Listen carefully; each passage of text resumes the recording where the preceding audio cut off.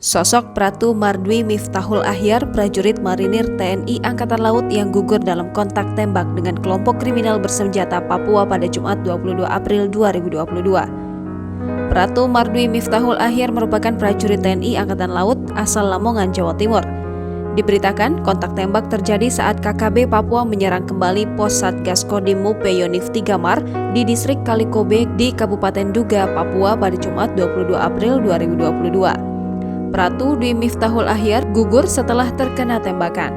Sementara satu rekannya, Mayor Marlili Cahyanto, terkena rikolset bagian bahu. Siapa sebenarnya Pratu Mardwi Miftahul Ahyar?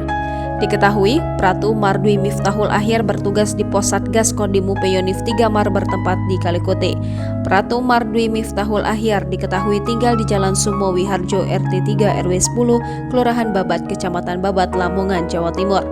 Jenazah almarhum Pratu Mardwi Miftahul Ahyar akan dibawa ke Kabupaten Lamongan, Provinsi Jawa Timur pada hari Minggu 24 April 2022. Upacara pelepasan jenazah akan dilakukan di Lanal Timika besok pagi sekitar pukul 7.00 waktu Indonesia Timur. Jangan lupa subscribe, share, komen, dan like ya!